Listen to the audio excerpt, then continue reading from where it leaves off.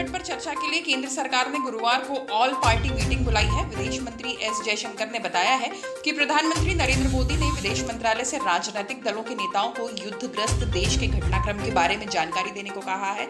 उन्होंने ट्वीट करके कहा कि संसदीय कार्य मंत्री प्रहलाद जोशी इस मामले में आगे की डिटेल देंगे।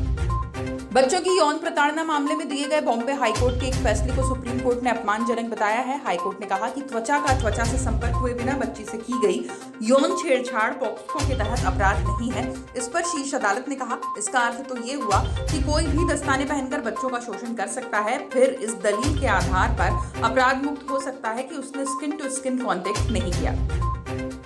साल 2020 में साइबर क्राइम सेल द्वारा दर्ज केस में बिजनेसमैन राज कुंद्रा की जमानत अर्जी पर आज बॉम्बे हाईकोर्ट में फैसला आ सकता है। एक सप्ताह पहले हुई सुनवाई के दौरान अदालत ने कुंद्रा को अंतरिम राहत देते हुए 25 अगस्त तक उनकी गिरफ्तारी पर रोक लगा दी थी।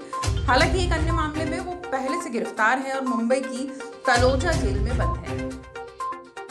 WHO की chief scientist doctor Soumya Swaminathan के मुताबिक भारत में कोविड-19 अब एंडेमिक स्टेज में पहुंचता जा रहा है। इसके फैलने की दर पहले के मुकाबले काफी धीमी या कम हो चुकी है। तकनीकी तौर पर एंडेमिक स्टेज का मतलब किसी महामारी का असर कम लोगों या किसी खास इलाके तक सीमित रहने से है।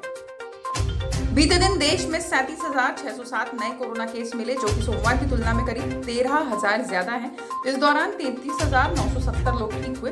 कोविड को मात देने वालों की संख्या 28 मार्च के बाद इतनी कम आई है। पिछले 24 घंटे में 647 की मौत हुई, जो कि 34 दिनों के बाद सबसे ज्यादा है।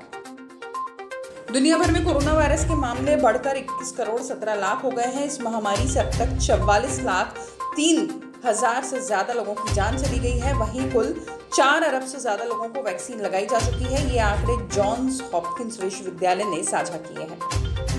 भारत और इंग्लैंड के बीच 5 टेस्ट मैचों की सीरीज का तीसरा मुकाबला बुधवार से हेडिंग्ले में शुरू हो रहा है।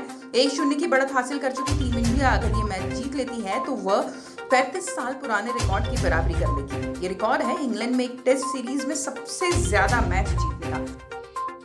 देश के कुछ क्षेत्रों को छोड़कर बाकी हिस्सों में सामान्य से कम बारिश हो रही है। मानसून में अब तक 9% कम बारिश हुई। 24 अगस्त तक सामान्य रूप से 660.2 मिलीमीटर बारिश होना चाहिए, लेकिन 598.5 मिलीमीटर बारिश ही हुई। अब मानसून ने इस सीजन का तीसरी बार ब्रेक ले लिया है। ऐसे में अब अगले 4 दिन औसत से बेहद कम बारिश होगी, इसलिए बारिश में लगातार हो रही कमी की भरपाई होने की संभावना घटती जा रही है। पेट्रोल और डीजल की कीमतें आसमान पर हैं। हालांकि बीते कुछ दिनों में इनसे मामूली गिरावट देखने को मिल रही है। अंतर्राष्ट्रीय बाजार में कच्चे तेल की कीमतों में करीब 1 माह की गिरावट के बाद भारतीय तेल विपणन कंपनियों ने इसका हल्का सा लाभ आमजन को देना शुरू कर दिया है। फिलहाल आज पेट्रोल डीजल की कीमतों में कोई बदलाव नहीं किया गया है।